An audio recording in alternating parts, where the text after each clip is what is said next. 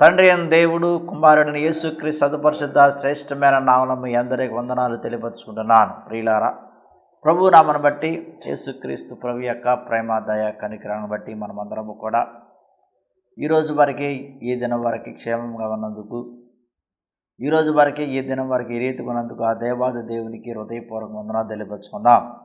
దేవుడు గొప్పవాడు, ఉన్నవాడు, జీవం గల దేవుడు, శక్తిగల దేవుడు, బలమైన వాడు, నిన్న నేడు ఏకరీతి గల దేవుడు, మారణ దేవుడు, మరువన దేవుడు. ఆయన తన బిడ్డల్ని ఇప్పుడు ఎల్లప్పుడూ కాపాడుతూ రక్షిస్తూనే ఉంటాడు. మనమందరము కూడా యేసుక్రీస్తు ప్రభు నామములో జీవిస్తూ ఆయన నామములో మన యొక్క జీవితాన్ని యెహోలోకములో కొనసాగిస్తున్నాం. ప్రియులారా, దేవుడు మరి అనేకమైనటువంటి గొప్ప కార్యాలు, ఆశ్చర్య కార్యాలు, మహిమల కార్యాలు మన యొక్క జీవితంలో చేసి ఉన్నాడు. ఆయన చేసినటువంటి ప్రతి ఒక్క కార్యం మనం జ్ఞాపకం చేసుకుని, ఆయన చేసినటువంటి ప్రతి ఒక్క అద్భుతాలు, మహిమల కార్యాలు జ్ఞాపకం చేసుకుని దినదినము పరిదినము కూడా ఆయనకి కృతజ్ఞతలు గలవారమే జీవించాలి. ఈరోజు దేవుని యొక్క వాక్యం మనకు తెలియవచ్చేది ఏమిటంటే, మనిషిగా, మానవుడిగా మనకు అవసరం ఏమిటి? ఇహలోకములో ఏది కూడా శాశ్వతము కాదు. ఇహలోకములో అనేకమైనటువంటి అశాశ్వతమైన ఉన్నవి, మన యొక్క జీవితం కూడా అశాశ్వతమైనదే. ఇహలోకములు ఏ మానవుడు కూడా, ఏ జీవి కూడా ఎల్లకాలము ఎప్పుడూ జీవించలేదు. ఏ మానవుడు, మనిషి కూడా తన యొక్క జీవితాన్ని ఇహలోకంలో కొనసాగించలేడు. ప్రతి ఒక్క మనిషికి, ప్రతి ఒక్క మానవుడికి దేవుడు నిర్ణయించినటువంటి సమయాన్ని బట్టి, దేవుడు నిర్ణయించినటువంటి గడియాన్ని బట్టి, దేవుడు నిర్ణయించినటువంటి ప్రతి ఒక్క దినాన్ని బట్టి మనిషి యొక్క జీవితము ముగించబడుతుంది. మనిషి యొక్క జీవితం ఇహలోకంలో నుంచి వెళ్ళిపోతుంది అన్నమాట. అందుకని ఇహలోకములో మనకి ప్రాముఖ్యమైనది, ఇహలోకంలో మనకి ముఖ్యమైనది, అవసరమైనది ఏమిటంటే ప్రార్థన అన్నమాట. ఈ ప్రార్థన చాలా అవసరం అన్నమాట. ఎందుకు ప్రార్థన మనకు అవసరం అంటే, ప్రార్థనే మన యొక్క జీవితాన్ని మారుస్తుంది, ప్రార్థనే మన యొక్క శక్తినిస్తుంది, ప్రార్థనే మన యొక్క బలాన్ని ఇస్తుంది, ప్రార్థనే మనకున్నటువంటి ప్రతి ఒక్క సమస్య నుంచి విముక్తి, విడుదల కలగజేస్తుంది. ప్రార్థన ద్వారా అనేకమైనటువంటి అద్భుతాలు, ఆశ్చర్య కార్యాలు దేవుడు చేస్తాడు. కాబట్టి ఇహలోకములో శాశ్వతమైనది, ఇహలోకములో ఎప్పుడు ఎల్లప్పుడు ఉండేది ఏంటంటే ప్రార్థన అన్నమాట. ప్రార్థన చేయడం ద్వారా మనిషికి శాంతి వస్తుంది, ప్రార్థన చేయడం ద్వారా మనకి సమాధానం వస్తుంది, ప్రార్థన చేయడం ద్వారా దేవుళ్ళు మనం ఎదగలుగుతాము, ప్రార్థన చేయడం ద్వారా దేవునితో ముఖాముఖిగా మాట్లాడగలుగుతాము, ప్రార్థన చేయడం ద్వారా దేవుళ్ళు ఏకమవుతాము, ప్రార్థన చేయడం ద్వారా దేవుళ్ళు ఒకటవుతాము, ప్రార్థన చేయడం ద్వారా దేవుళ్ళు మనము ఎదగలుగుతాం అన్నమాట. కాబట్టి ఈ ప్రార్థన అనేది మనము అలక్ష్యం చేయకూడదు, ఈ ప్రార్థన అనేది మనం అశ్రద్ధ చేయకూడదు. ప్రార్థన చేసుకుంటూ దేవుని యందు శ్వాసం ఉంచి మనం జీవించడానికి ప్రయత్నం చేయాలి. బైబిల్ గ్రంథంలో 650 ప్రార్థనలు ఉన్నవి. మరి యేసుక్రీస్తు ప్రభు మరి 25 ప్రార్థనలు మరి ఈ యొక్క పరిశుద్ధ గ్రంథములో ఆయన మరి చెప్పినవి మరి ఉన్నవి అన్నమాట. కాబట్టి మనము ప్రార్థన జీవితాన్ని ముఖ్యంగా అవసరమైనదిగా ఎంచుకోవాలి. అందుకని యేసుక్రీస్తు ప్రభు ఒంటరిగా చేసిన ప్రార్థన కూడా ఉన్నవి. మత్తయి సువార్త 14:23 మనం చదువుకున్నట్లయితే, ఆయన ఆ జన సమూహములను పంపివేసి ప్రార్థన చేయటకు ఏకాంతముగా కొండ ఎక్కిపోయి సాయంకాలం అయినప్పుడు ఒంటరిగా ఉండెను. చూడండి ప్రియులారా, ఆయన మరి ఆ జన సమూహములను ఏం చేశాడంట? పంపివేశాడు. యేసుక్రీస్తు ప్రభు జన సమూహములు ప్రార్థన చేయలేదు. మరి శిష్యులు కూడా జన సమూహములు ప్రార్థన చేసినట్టు కూడా ఎక్కడ కూడా లేవు. వాళ్ళు ఏకాంతముగా ప్రార్థన చేశారు. యేసుక్రీస్తు ప్రభు కూడా మరి ఏకాంతంగా ప్రార్థన చేయడానికే జన సమూహములను అందరూ కూడా పంపివేశాడు. మరి జన సమూహములు వచ్చినప్పుడు యేసుక్రీస్తు ప్రభు ఏమి చేశాడు అంటే, వాక్యాన్ని బోధించాడు, దేవుని యొక్క రాజ్యం గురించి ప్రకటించాడు, సువార్తను ప్రకటించాడు. ఆయన సువార్తని జనసమూహములకు తెలియవచ్చాడు, బోధించాడు. మరి ప్రార్థన ఏ విధంగా చేశాడు అంటే ప్రియులారా, ఆయన ఒంటరిగాను ఏకాంతంగా చేశాడు. కానీ నేటి యొక్క క్రైస్తవులు, దేవుని యొక్క బిడ్డలు మరి ఒంటరిగాను ఏకాంతంగా ప్రార్థన చేసేవాళ్ళు చాలా తక్కువ మంది. ఒంటరిగా ఏకాంతంగా ప్రార్థన చేసేవాళ్ళు చాలా అరుదుగా కనపడతారు. ఒంటరిగా ఏకాంతంగా ప్రార్థన చేసేవాళ్ళు మరి మనం వెతుక్కోవాల్సి వస్తుంది ప్రియులారా. జన సమూహంలో ప్రార్థన చేసేవాళ్ళు ఎక్కువ మంది అయిపోయారు. గుంపుల్లో ప్రార్థన చేసేవాళ్ళు ఎక్కువ మంది అయిపోయారు. నలుగురిలో ప్రార్థన చేసేవాళ్ళు ఎక్కువ మంది అయిపోయారు. కానీ ఒంటరిగా ప్రార్థన చేసేవాళ్ళు ఎవరైనా ఉన్నారా? ఒంటరిగా ప్రార్థన చేసుకుంటూ తమ యొక్క జీవితాన్ని కొనసాగించేవాళ్ళు ఎవరైనా ఉన్నారా? ఒంటరిగా ప్రార్థన చేసుకుంటూ దేవునికి మొరబెట్టుతూ జీవించేవారు ఎవరైనా ఉన్నారా అని మనము వెతుక్కోవాలి ప్రియులారా. ఈరోజున ఎక్కువ మంది ఒంటరిగా ప్రార్థన చేయడానికి ఇష్టపడట్లేదు. ఈరోజున ఎక్కువ మంది ఏకాంతమైనటువంటి ప్రార్థన చేయడానికి ఇష్టపడట్లేదు ప్రియులారా. గుంపుగా ప్రార్థన చేయాలి, గుంపులో ప్రార్థన చేయాలి, జన సమూహంలో ప్రార్థన చేయాలి, అందరూ ఉన్నప్పుడు ప్రార్థన చేయాలి. చూడండి ప్రియులారా, మనిషికి ఎక్కువగా ఇప్పుడు గుర్తింపు, ఐడెంటిటీని చూసుకుంటున్నారు. నేను గుర్తించబడాలి అనేటువంటి విధానాలలో జీవించడానికి మనిషి ఎక్కువ శాతం పూనుకుంటున్నాడు. కానీ దేవుడు ప్రార్థన ఏ విధంగా చేయమన్నాడు?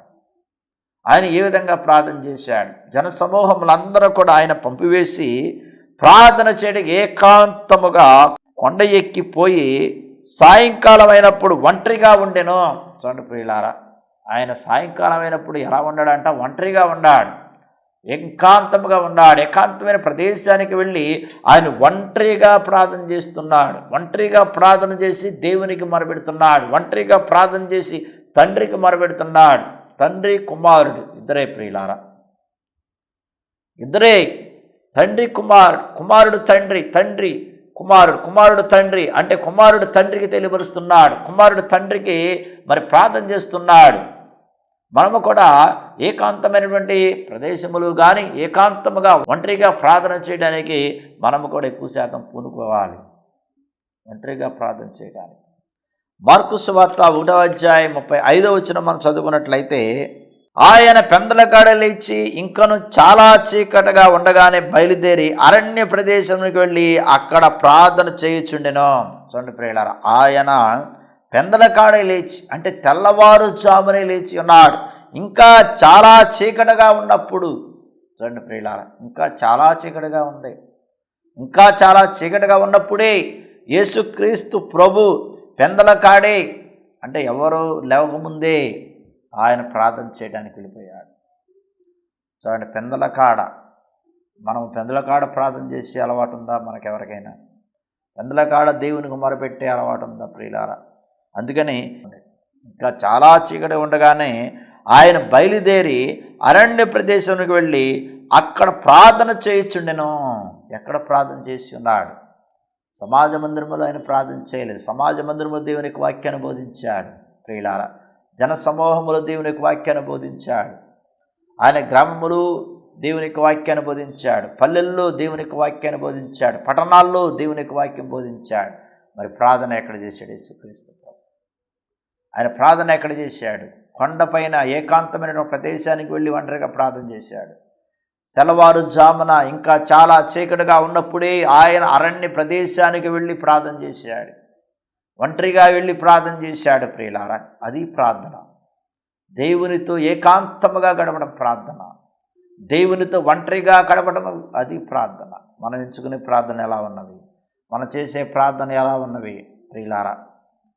ఇప్పుడు ఆళ్ళు చూడాలి, ఈడు చూడాలి, ఆళ్ళు వినాలి, ఈళ్ళు వినాలి అన్నటువంటి ప్రార్థన మనం చేస్తున్నాం. కానీ దేవుడు నా ప్రార్థన వింటాడు, దేవుడు నా మొర ఆలకిస్తాడు, దేవునితో నేను మాట్లాడతాను, దేవునితో ఏకాంతంగా వెళ్ళి ఒంటరిగా ప్రార్థన చేస్తాను అని అనుకునేవాళ్ళు ఎవరైనా ఉన్నారా ప్రియులారా? మరి యేసుక్రీస్తు ప్రభు ఆయన పెందలకాడే ఇంకనూ చాలా చీకటిగా ఉన్నప్పుడే ఆయన బయలుదేరి అరణ్య ప్రదేశానికి వెళ్ళి ప్రార్థన చేసి ఉన్నాడు. అటువంటి ప్రార్థన మనము కూడా చేయాలి. అటువంటి ప్రార్థనని మనము కూడా ఎంచుకోవాలి ప్రియులారా. లూకా సువార్త 22వ అధ్యాయం 39వ వచనం చదువుకున్నట్లయితే, ఆయన బయలుదేరి తన వాడుకు చొప్పున ఒలీవ కొండకు వెళ్ళగా శిష్యులను ఆయన వెంట వెళ్ళిరి. ఆ చోటు చేరి ఆయన వారితో, మీరు శోధనలో ప్రవేశించుకున్నట్లు ప్రార్థన చేయండి అని చెప్పి వారి యొద్ద నుండి రాతివేత దూరం వెళ్ళి మోకాళ్ళుండి ప్రార్థన చేశాడు.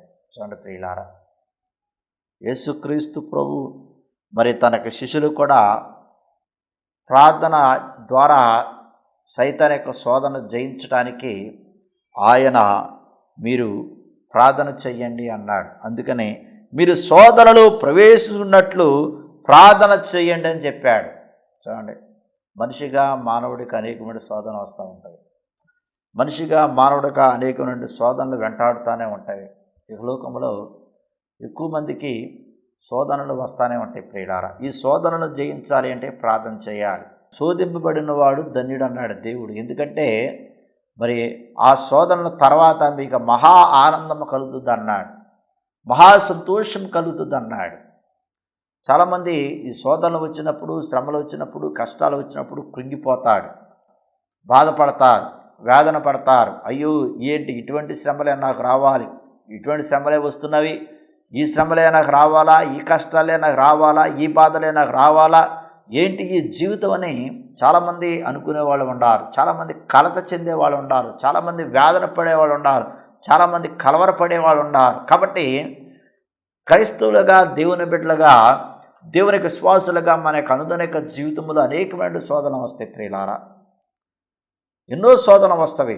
ఈ శోధనలన్నిటి కూడా జయించడమే, ప్రార్థన ద్వారా జయించడమే, దేవునికి మొరపెడటమే, దేవునికి వినపం తెలియపరచడమే, దేవుని వేడుకొనడమే. ప్రభా, ఈ శోధన నుంచి నన్ను రక్షించు ప్రభా, ఈ శోధన నుంచి నన్ను కాపాడు ప్రభా, ఈ శోధన నుంచి విముక్తిని కాచే ప్రభా, ఈ శోధన నుంచి నన్ను నీ నామములో మహిమపరచు ప్రభా అని ఆ దేవాది దేవుని వందనం ప్రార్థన చేయాలి ప్రేరణ. అందుకని మీరు శోధనలో ప్రవేశమున్నట్లు ప్రార్థన చేయడం చెప్పి వారి యొద్ద నుండి రాతివేత దూరం వెళ్ళి మోకాళ్ళ నుండి ప్రార్థన చేశాడు దేవుడు.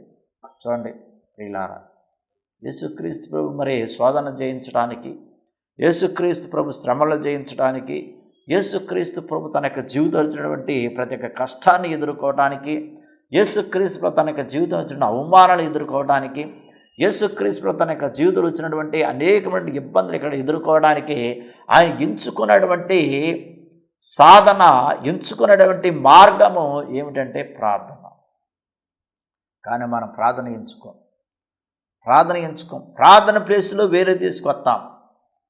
క్రైస్తవ యొక్క జీవితంలో మనకి ప్రార్థన ఎంతో అవసరం అన్నమాట. ప్రార్థన లేకుండా క్రైస్తవ యొక్క జీవితం ఏముండదు. గాలి ఏ విధంగా అయితే మనం పీల్చుకుంటున్నామో అదేవిధంగా ప్రార్థన కూడా మనం చేయాలి. యేసుక్రీస్తు ప్రభు మరి బైబిల్ గ్రంథములో దినమంతా కూడా ప్రార్థన చేశాడు అని, ఆయన మరి తెల్లవారుజామునే ప్రార్థన చేశాడని మనం వాక్యం ఉన్నాము. మరియు రాత్రికాల సమయంలో కూడా ఆయన ప్రార్థన చేశాడని మరి వాక్యం కూడా మనం విని ఉన్నాము, ఆలకించి ఉన్నాం ప్రియులారా. కాబట్టి ఆయన ఎప్పుడూ ఎల్లప్పుడూ మరి ఎక్కువ శాతము యేసుక్రీస్తు ప్రభు ప్రార్థనకే సమయాన్ని ఇచ్చాడు, ప్రార్థనకే సమయాన్ని ఆయన అనుగ్రహించాడు. ప్రార్థనకే ఆయన సమయాన్ని అనుగ్రహించి మరి ప్రార్థన ద్వారా సమస్తం అంతే కూడా సాధించాలని, ప్రార్థన ద్వారా సమస్త కార్యాలని కూడా చేయాలని యేసుక్రీస్తు ప్రభు పూనుకున్నాడు అన్నమాట. మరి యేసుక్రీస్తు బహిరంగంగా కూడా ఆయన ప్రార్థన చేశాడు. మరి బహిరంగమైనటువంటి ప్రార్థన కూడా మనం విన్నాం. యోహాను సువార్త 11వ అధ్యాయము 41 నుంచి 42వ వచనం చదువుకుందాం. యేసు కనులు పైకెత్తి, తండ్రి, నీవు నా మనవి వినునందున నీకు కృతజ్ఞస్థుతులు చెల్లించుచున్నాను. నువ్వు ఎల్లప్పుడూ నా మనవి వినుచున్నావని నేను ఎరుగుదును గాని నీవు నన్ను పంపితవని చుట్టూ నిలిచి ఉన్న ఈ జనసమూహము ఉన్నట్లు వారి నిమిత్తమై ఈ మాట చెప్పితి అనెను. చూడండి ప్రియులారా, యేసుక్రీస్తు ప్రభు మరి ఆ దేవాది దేవునికి కృతజ్ఞతలు తెలియవచ్చాడు, ఆ దేవాది దేవునికి వందనం తెలియవచ్చాడు. మరి ప్రభువా, నీవు నా మనవి ఆలకిస్తున్నావని, నువ్వు నా ప్రార్థన ఆలకిస్తున్నావని నేను నమ్ముచున్నాను అని ఆయన తన యొక్క కనులు ఆకాశం పైకెత్తి, తండ్రి పైకెత్తి ఆయన కృతజ్ఞత స్థుతులు ప్రార్థనలు చేశాడు ప్రియులారా. కృతజ్ఞత ప్రార్థన చేశాడు. నువ్వు ఎల్లప్పుడూ నా మనవి వినుచున్నావన్నాడు. ఆయన ఆలకించే దేవుడు, మాట్లాడే దేవుడు, మన యొక్క మొరను వినే దేవుడు ప్రియులారా. మన దేవుడు ఎలాంటి వాడంటే మన ప్రార్థన ఆలకించే దేవుడు, మన యొక్క మొర ఆలకించే దేవుడు, మన యొక్క విన్నపములను ఆలకించే దేవుడు. కాబట్టి మరి మనం విశ్వాసముతో నమ్మికతో ఆ దేవాది దేవునికి ప్రార్థన చేస్తున్నామా?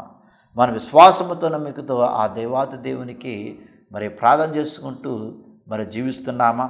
మా విశ్వాసముతో ఆ దేవాది దేవునికి మన ప్రార్థన అనుభవం తెలియపరుస్తున్నామా? ఒకసారి ఆత్మ చేసుకుందాం ప్రియులారా. ప్రార్థన జీవితం లేకపోతే అనేకమైన శ్రమలు వస్తాయి, అనేకమైనటువంటి శోధనలు వస్తాయి, అనేకమైనటువంటి ఇబ్బందులు వస్తాయి, అనేకమైనటువంటి కష్టాలు వస్తాయి, అనేకమైనటువంటి శ్రమలు వస్తావంటే ప్రియులారా. ఇహలోకములో చాలామంది శ్రమలు అనుభవిస్తున్నారు అంటే, ఇహలోకములో చాలామంది అనారోగ్యానికి లోనైపోయి ఉన్నారు అంటే, ఇహలోకములో చాలామంది అనేకమైనటువంటి మరి ఇబ్బందులు ఎక్కడతో జీవిస్తున్నారు అంటే వాళ్ళు సరిగ్గా ప్రార్థన చేయటం లేదు. ప్రార్థన చేస్తే సైతానిక శోధన నుంచి మనం విముక్తిని పొందుతాం. ప్రార్థన చేస్తే దేవుడు మనకు ఆరోగ్యాన్ని ఇస్తాడు, శక్తినిస్తాడు, బలాన్ని ఇస్తాడు. ప్రార్థన చేస్తే దేవుడు మన యొక్క జీవితంలో అద్భుతాలు చేస్తాడు. ప్రార్థన చేస్తే దేవుడు మనకు శాంతినిస్తాడు, సమాధానం ఇస్తాడు. ప్రార్థన చేస్తే దేవుడు మన యొక్క జీవితంలో మహిమగల కార్యాలు చేస్తాడు. ప్రార్థన చేస్తే మరి దేవుడు మనలో ఉన్నటువంటి ప్రతి ఒక్క శోధన నుంచి విముక్తి విడుదల కలగజేస్తాడు ప్రియులారా. కాబట్టి మరి మనము ఎటువంటి ప్రార్థన చేస్తున్నాం, ఇటువంటి ప్రార్థన చేస్తూ మనం జీవిస్తున్న ఒక్కసారి ఆత్మను చేసుకోవాలి ప్రియులారా. మరి రెండవదిగా యేసుక్రీస్తు ప్రభు మరి చేసిన బహిరంగ ప్రార్థన యోహాను సువార్త 12వ అధ్యాయము 27 చదువుకున్నట్లయితే, నా ప్రాణము కలవరపడుచున్నది, నేనేమందును, తండ్రి ఈ గడియ తటస్థింపకుండా నన్ను తప్పించుము, అయినను ఇందుకోసరమే నేను ఈ గడియకు వచ్చి తిని, తండ్రి నీ నామం మహిమపరచమని చెప్పాను. అంతటా నేను దానిని మహిమపరిచి తిని మరలా మహిమపరుతును అని ఒక శబ్దము ఆకాశము నుండి వచ్చాను. చూడండి ప్రియులారా, మరి దేవునికి కుమారుడు తెలియవరుస్తున్నాడు, ఆ గడియ ఆ సమయాన్ని నా నుండి తప్పించు ప్రభువా. నాకు అనేకమైనటువంటి శోధనలు వస్తున్నవి, అనేకమైనటువంటి శ్రమలు సంభవిస్తున్నాయి నా తండ్రి. నీకే నేను తెలియపరుస్తున్నా ప్రభువా. నేను నిన్ను మహింపరిచాను ప్రభువా, నువ్వు నన్ను మహింపరిచావు నా తండ్రి అని యేసుక్రీస్తు ప్రభు తండ్రికి ప్రార్థన చేస్తున్నాడు, తండ్రికి తెలియపరుస్తున్నాడు. కాబట్టి ప్రియులారా, మరి క్రీస్తు ప్రభు చేసినటువంటి ప్రార్థన, ఆయన ఎంచుకున్నటువంటి ప్రార్థన అన్నీ కూడా తండ్రితో ముఖాముఖం మాట్లాడే ప్రార్థన. అందుకనే యేసుక్రీస్తు ప్రభు మరి మొట్టమొదటిగా ఆయన యోర్దాను నదిలో బాప్తిజం తీసుకున్న తర్వాత, మరి నడిఒడ్డుకు వచ్చిన తర్వాత పరమాణం నుంచి పావుర రూపంలో యేసుక్రీస్తు ప్రభు మీదకి దేవుని యొక్క ఆత్మ వచ్చిందనమాట. ఆ ఆత్మ ఒక స్వరాన్ని దేవుడు ఆలకించాడు, పావుర రూపంలో వచ్చింది. ఇదిగో ఈ నా ప్రియమైన కుమారుడు, ఈయన యందు నేను ఆనందించుచున్నా అన్నాడు. ఇదిగో ఈ నా ప్రియమైన కుమారుడు, ఈయన యందు నేను ఆనందించుచున్నాను అన్నాడు. ఈయన యందు నేను సంతోషిస్తున్నాను అన్నాడు. ఈయన యందు నేను ఆనందించుచున్నాడు. ఎందుకంటే ఈ నా కుమారుడు నా ఇష్టై ఉన్నాడు. ఈ నా కుమారుడు నా చిత్తానుసారంగా ప్రార్థన చేస్తాడు. ఈ నా కుమారుడు నా చిత్తాన్ని నెరవేరుస్తాడు. ఈ నా కుమారుడు నా యొక్క ప్రణాళికను నెరవేరుస్తాడు అని. అందుకని యేసుక్రీస్తు ప్రభు ఎప్పుడైతే ఆ స్వరాన్ని ఆలకించాడు, అందుకని యేసుక్రీస్తు ఎప్పుడైతే యొక్క ఆత్మను పొందుకున్నాడు, ఆ ఆత్మ ద్వారా ఆయన అరణ్యమునకు కొనుకోబడ్డాడని, ఆత్మ అరణ్యమునకు నడిపింపబడిందని దేవుడు మరి తన యొక్క వాక్కు ద్వారా తెలియపరిచాడు ప్రియులారా. ఆయన అరణ్యమునకు వెళ్ళిపోయి ఏకాంతముగా ఆయన 45 దినాలు 40 రాత్రులు ఉపవాసముడి ప్రార్థన చేశాడని బైబిల్ గ్రంథంలో మరి స్పష్టంగా తెలియపరచబడింది ప్రియులారా.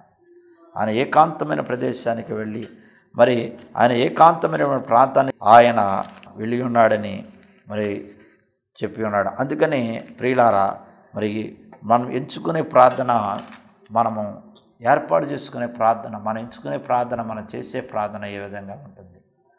ఏకాంతమైనటువంటి ప్రదేశానికి వెళ్ళి ప్రార్థన చేస్తున్నామా? మరి బైబిల్ గ్రంథంలో యేసుక్రీస్తు ప్రభు ప్రార్థన గురించి కూడా కొన్ని విషయాలు చెప్పాడు. మీరు ప్రార్థన చేయనప్పుడు విస్తారంగా చేయొద్దన్నాడు. మీ యొక్క గదిలోనికి వెళ్ళి తలుపులు కిటికీలు వేసుకుని రహస్యంగా నీ యొక్క తండ్రికి మాత్రమే నువ్వు ప్రార్థన చేయన్నాడు. నీ తండ్రికి మాత్రమే ప్రార్థన చేయన్నాడు. నీ తండ్రికి మాత్రమే మొరపెట్టమన్నాడు. నీ తండ్రికి మాత్రమే ప్రార్థన చెయ్యి అని యేసుక్రీస్తు ప్రభు స్పష్టంగా తెలియవచ్చి ఉన్నాడు ప్రియులారా. కాబట్టి మరి దేవుడు మరి ఆయన ఇచ్చినటువంటి, ఆయన నేర్పినటువంటి ప్రార్థన కూడా మనం చేస్తూ ఉండాలి. పరలోక ప్రార్థన కూడా యేసుక్రీస్తు ప్రభు తెలియవచ్చి ఉన్నాడు. కాబట్టి మనం చేసే మరి ప్రార్థన మరి ఎటువంటి ప్రార్థన?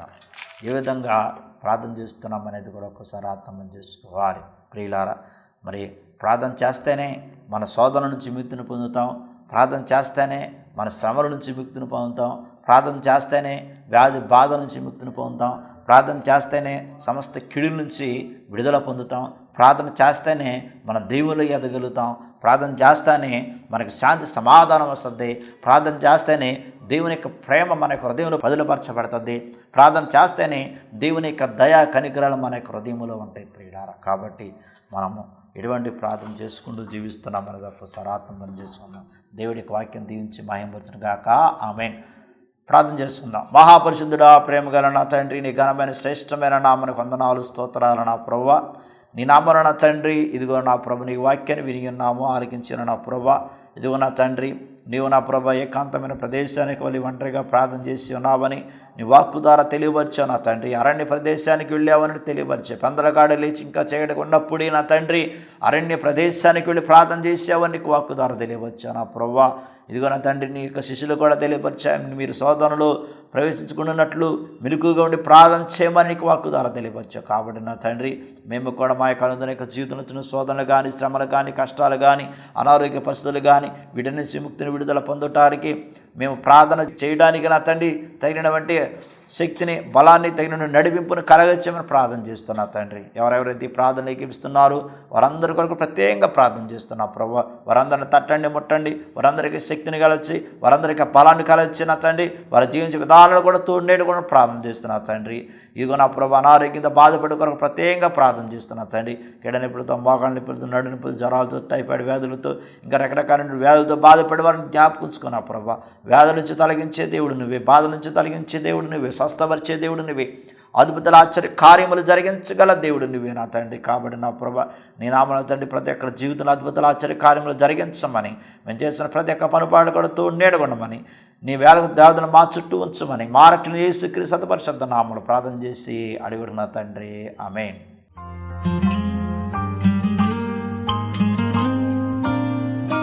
ప్రార్థన వలనే పయనము, ప్రార్థనే ప్రకారము, ప్రార్థనే ప్రాధాన్యము, ప్రార్థన లేనిదే పరాజయం.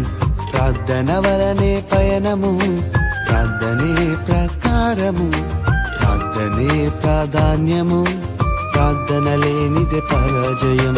ప్రభువా, ప్రార్థన నేర్పయ్యా, ప్రార్థించకుండా నే ఉండలేనయ్యా. ప్రభువా, ప్రార్థన నేర్పయ్యా, ప్రార్థించకుండా నేనుండలేనయ్యా. నీ పాదాలు తడపకుండా నా పయనం సాగదయా, నీ పాదాలు తడపకుండా నా పయనం సాగదయా. ప్రార్థన వలనే పయనము, ప్రార్థనే ప్రకారము, ప్రార్థనే ప్రాధాన్యము, ప్రార్థన లేనిదే పరాజయం.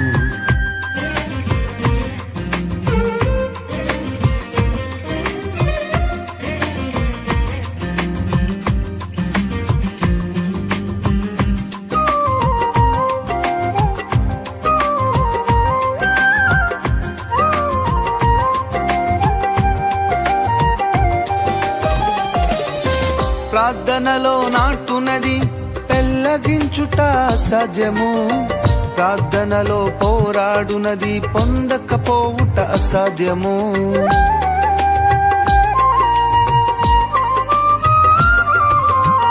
ప్రార్థనలో నాటునది పెళ్ళగించుట అసాధ్యము, ప్రార్థనలో పోరాడునది పొందకపోవుట అసాధ్యము.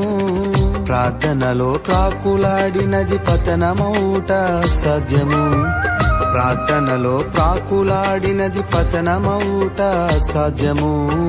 ప్రార్థనలో పదునైనది పని చేయకపోవుట అసాధ్యము, ప్రార్థనలో పదునైనది పని చేయకపోవుట అసాధ్యము. ప్రభువా, ప్రార్థన నేర్పయ్యా, ప్రార్థించకుండా నే ఉండలేనయ్యా.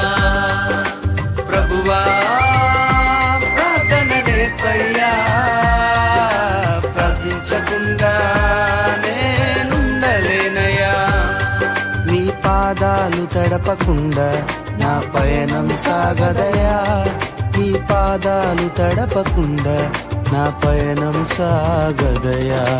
ప్రార్థన వలనే పయనము, ప్రార్థనే ప్రకారము, ప్రార్థనే ప్రాధాన్యము, ప్రార్థన లేనిదే పరాజయం.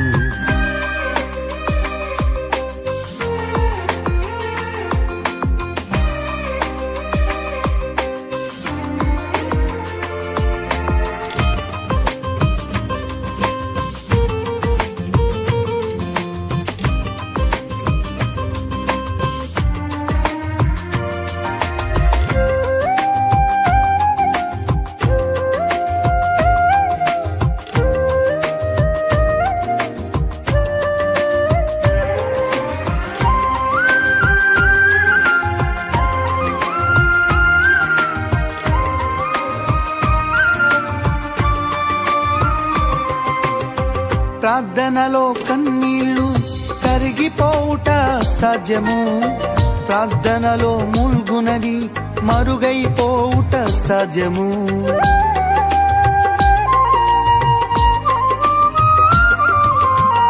ప్రార్థనలో కన్నీళ్లు కరిగిపోవుట సాధ్యము, ప్రార్థనలో మూల్గునది మరుగైపోవుట సాధ్యము.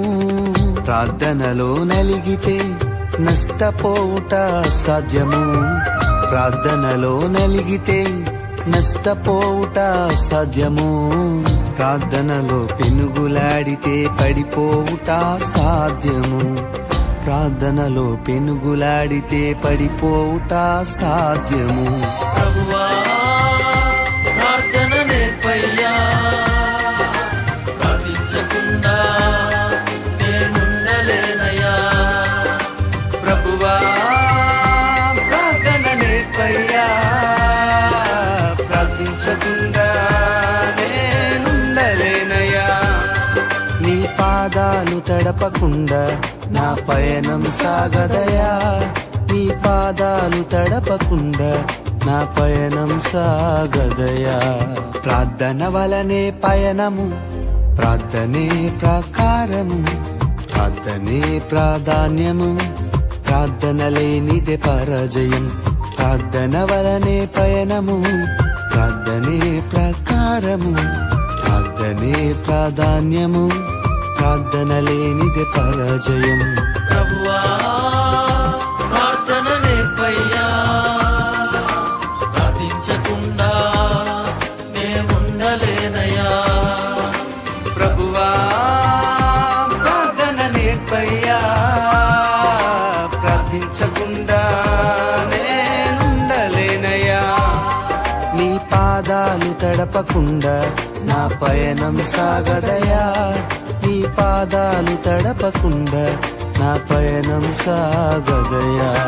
ప్రార్థన వలనే పయనము, ప్రార్థనే ప్రకారము, ప్రార్థనే ప్రాధాన్యము, ప్రార్థన లేనిదే పరాజయం.